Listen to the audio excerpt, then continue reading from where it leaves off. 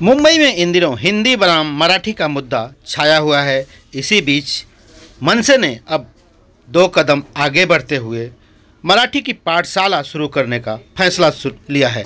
यह देखिए, बोरीवली में गुजराती और उत्तर भारतीय व्यापारियों को मराठी सिखाने हेतु मनसे द्वारा मराठी की पाठशाला शुरू की गई है।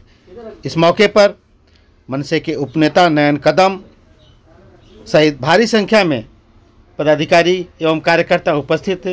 यह देखिए, बोरीवली में मराठी की वर्णमाला की बुक देकर सभी व्यापारियों को मनसे द्वारा आम बोलचाल मराठी भाषा सिखाई जा रही है।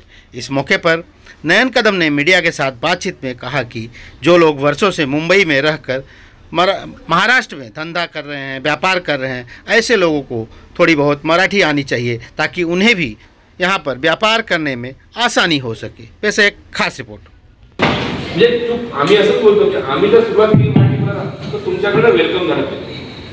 मी आता कसं आम्ही आमचा प्रयत्न काय मला मराठी शिकवलं आणि बोरलीमध्ये मी चांगल्या पद्धतीने सांगेन की गोळ्यांचे व्यापारी आहेत, इंद्रप्रस्थचे व्यापारी आहेत, काठरोडचे व्यापारी, त्यांना मराठी येतं आणि चांगल्या पद्धतीने येतं।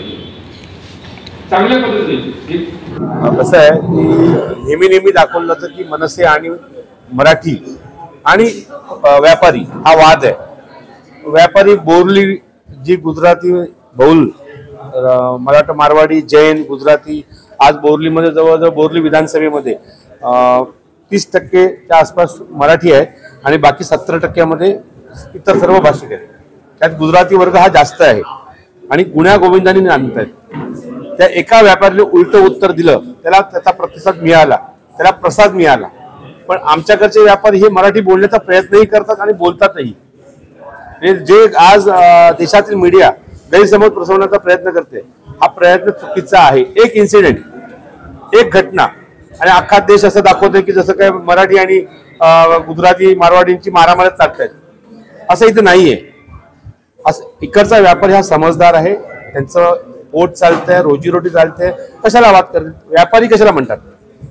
व्यापाऱ्याला व्यापार करत असतो, त्याला वादाशी काही संबंध नसतो।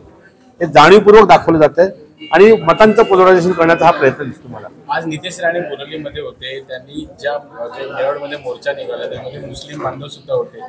नितेश राणेचं असं म्हणणं आहे की उद्यापासून तुम्ही मराठीमध्ये अजान करा, उर्दूमध्ये नका करू, मराठीमध्ये अजान। त्यांच्या राजकारणाला मला काय उत्तर द्यायचं नाहीये, ते सगळे राजकारणी आहेत आणि हे राजकारण करण्याचा प्रयत्न आहे। आज मराठी असेल, गुजराती असेल, मारवाडी असेल, हे कोण आहेत? हे सगळे हिंदूच आहेत ना।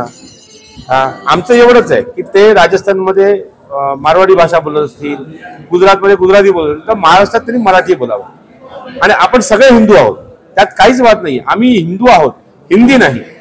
ते गुजराती आहेत, ते मारवाडी आहेत आणि आम्ही मराठी आहोत।